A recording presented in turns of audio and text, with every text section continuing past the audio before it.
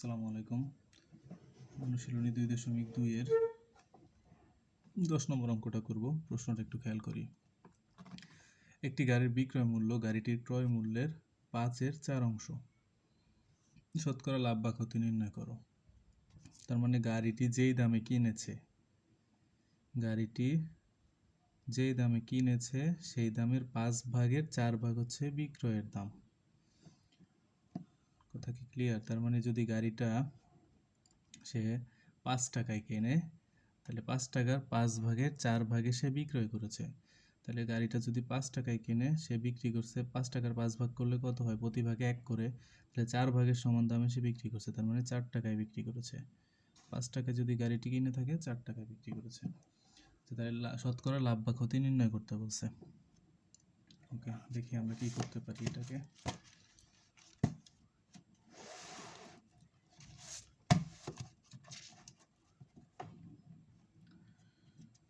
আমরা তো গাড়িটির ক্রয় মূল্য জানি না, তাই না?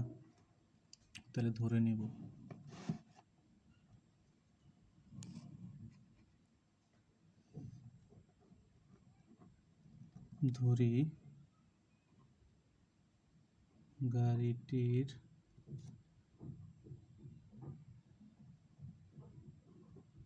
গাড়িটির ক্রয় মূল্য 100 টাকা।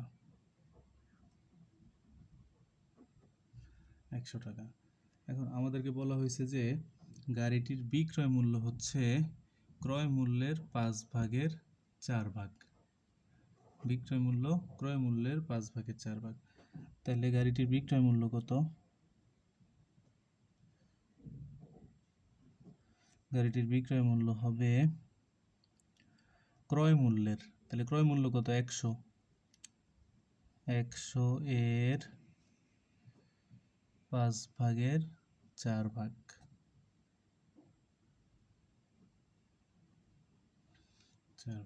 ওকে, তাহলে 100 এর 5/4 ভাগ কত হয়? একটা জিনিস খেয়াল রাখবা, এই এর মানে হচ্ছে গুণ।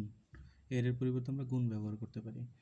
এখন যদি এখানে ক্যালকুলেশন করি, তাহলে 5 দিয়ে 100-কে ভাগ দিলে 20 বার যায়, আর 20 আর 4 গুণ করলে আমরা জানি এর পরিবর্তে গুণ হবে। তাহলে 20 আর 4 গুণ করলে 4-20-এ 80 টাকা। তাহলে গাড়িটার ক্রয় মূল্য হচ্ছে 100 টাকা, বিক্রয় মূল্য হচ্ছে 80 টাকা। তাহলে 100 টাকায় কিনে 80 টাকায় বিক্রি করেছে। ক্রয় মূল্যের চেয়ে যদি বিক্রয় মূল্য কম হয় সেক্ষেত্রে ক্ষতি হয়, আমরা জানি। তাহলে আমাদের এখানে জানতে চেয়েছে যে শতকরা লাভ বা ক্ষতি নির্ণয় করো। তাহলে আমরা এখন শিওর হয়েছি যে এটা ক্ষতি হয়। ক্ষতি হয় কত টাকা? আচ্ছা, তাহলে এবার ক্ষতির পরিমাণটা বের করি। সুতরাং ক্ষতি সমান ক্রয় মূল্য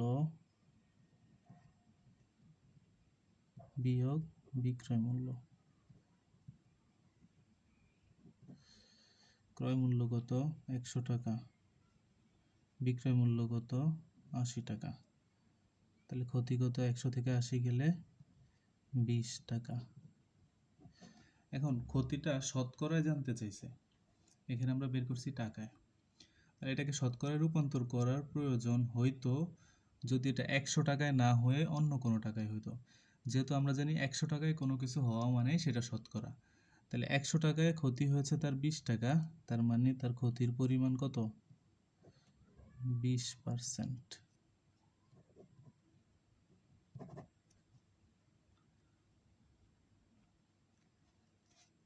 আচ্ছা, এবার আমরা 13 নম্বর অঙ্কটা একটু দেখি। মাইশা প্রতি মিটার 20 টাকা দরে 15 মিটার লাল ফিতা ক্রয় করলো। ভ্যাটের হার 4 টাকা। সে দোকানিকে 500 টাকার নোট দিল। দোকানি তাকে কত টাকা ফেরত দেবেন? আচ্ছা, তাহলে প্রথমে আমরা আগে মাইশা যে ফিতা কিনলো, লাল ফিতা, তার দামটা কত আসে সেটা বের করব। বের করে সেই টাকার সাথে 4% হারে ভ্যাট যোগ করব। ওকে, তাহলে লক্ষ্য করুন 13 নম্বর।